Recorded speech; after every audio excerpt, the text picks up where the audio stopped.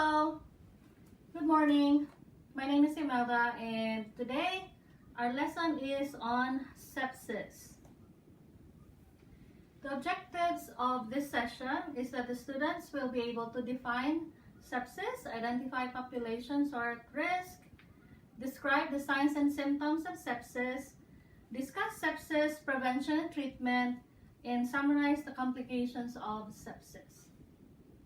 So what is sepsis? Sepsis is the body's extreme response to an infection. So because of that, it causes the organs to function poorly because of low blood perfusion, and potentially it is a life-threatening condition. So every year in the US, 1.7 million adults develop sepsis, 270,000 die due to sepsis, 1 in 3 who die in a hospital has sepsis, and it is the most expensive condition, costing $24 billion in 2013. So what are the causes of sepsis? So it all starts with an infection which can be caused by a bacteria, a virus, or a fungus. And infection can start anywhere in the body, such as the lungs, like pneumonia, kidneys, bladder, like a UTI, digestive system. It can be from catheter sites, like a port or PICC lines. It can be from wounds, like cellulitis, and also burns. And oftentimes, the spread of the infection is through the bloodstream. So who is at risk for sepsis? Those populations who are 65 and older, those who are less than 1 year, those who have chronic medical conditions like diabetes, people who have a weakened immune system, those who are fighting cancer, and those who are immunocompromised, and also sepsis survivors. So, what are the signs and symptoms of sepsis? It can be a change in mental status, blood pressure that's dropping with systolic blood pressure of 100 millimeters of mercury, respiratory rate that's going up, like greater than 22, and it can be one or combination of the following. It can be confusion, shortness of breath, again high heart rate, fever, high temperature, extreme pain, discomfort, clammy or sweaty skin. So how do we prevent sepsis? So sepsis prevention always starts with prevention of an infection, and we can do that by practicing good hygiene, starting simply by hand washing. Another way of preventing sepsis is to manage chronic conditions, and number 3, very important, is to get your vaccines: flu vaccine, pneumonia vaccine, COVID vaccine. And number 4, one way also preventing sepsis is that you need to know your signs and symptoms. So if you or a loved one is sick, you have to make sure that he or she doesn't have those symptoms that we discussed a few slides ago. And if you suspect sepsis, you have to act fast. Now, so if you're suspecting sepsis, what do? First, you call your doctor, ask for advice, what do I do? Now, if you cannot contact your doctor and you think it is your loved one or you is having sepsis, you can just go to the emergency, because sepsis is an emergency.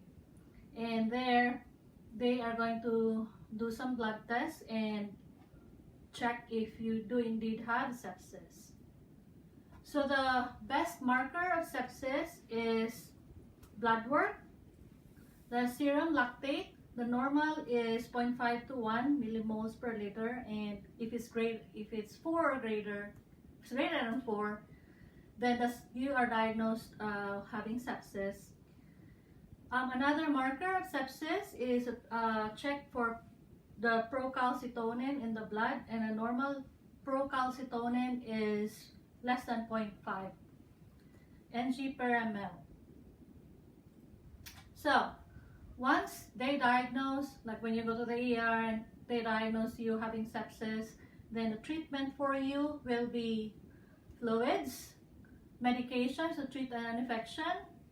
They make sure that your temperature is controlled, you don't have a fever. They check your blood pressure to make sure it's not dropping.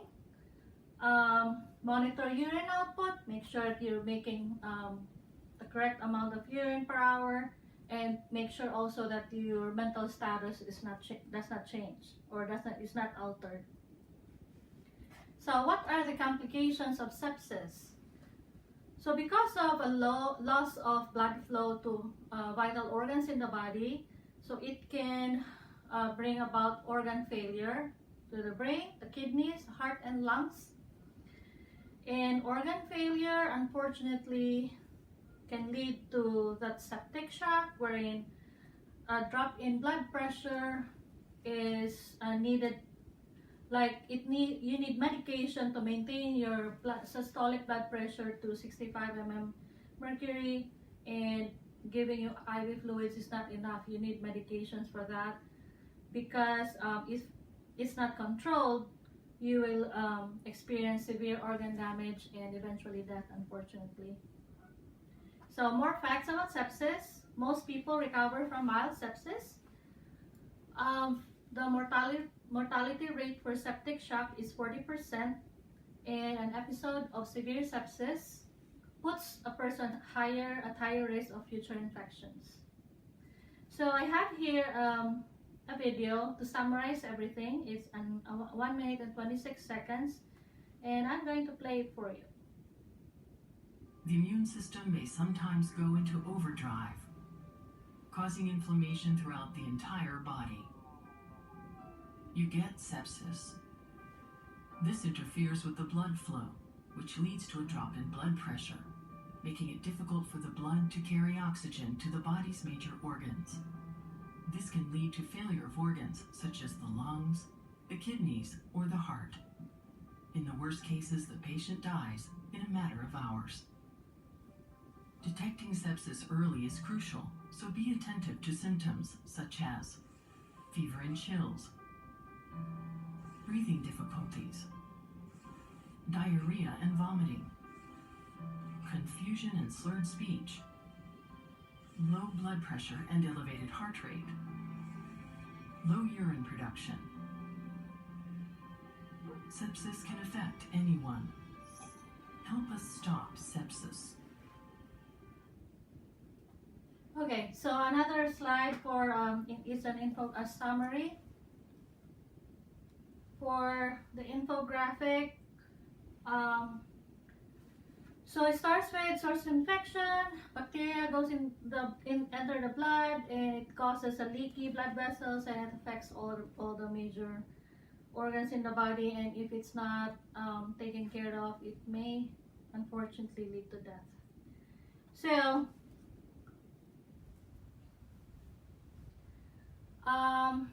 any questions? Now I have here a worksheet that I can give you. So I have this paper that I can give you, and I will give you probably like 5 minutes to populate it. Just put like 3 things in there: causes, who is at risk, signs and symptoms, treatment, complications. So, okay, we'll be back in 5. Okay, and we're back. So let us do what you got. Let us put everything here of everything that you listed on your worksheets. So what are causes of sepsis? Infection, like Infection, bacterial or viral bacteria, so from bacteria, virus, or fungus. fungal. Yeah. Where would this infection be? Lungs, Can kidney, be the start from the digestive lungs, system. start from the kidneys, And the digestive system. What else? That's all I could think of. Yeah, that's all I got from Okay, that's okay. the notes.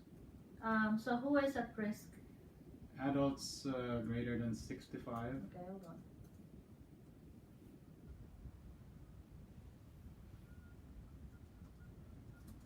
Greater than 65. Children that are less than 1. Children less than 1. People with chronic medical conditions. Chronic med conditions. People with weakened immune systems Weakened immune and sepsis survivors. System and sepsis survivors. Okay, now let's go to signs and symptoms. You have a change in mental status, Okay, increase respiratory rate, increased respiratory rate, Fever, fever, that's right, shortness of breath. shortness of breath. Okay, that's good. Now, prevention. one must have good hygiene, Okay, hold on. Okay, where's my mouse? Okay, good hygiene. Uh-oh. Just click that. Good hygiene. manage chronic conditions, and get your vaccines. Vaccines. Anything else? Just know the signs and symptoms. And act quickly. Act quickly. So, what will be the treatment for sepsis? Like IV fluids, Okay, IV fluids. medications, Medications for the infection. you monitor your temperature,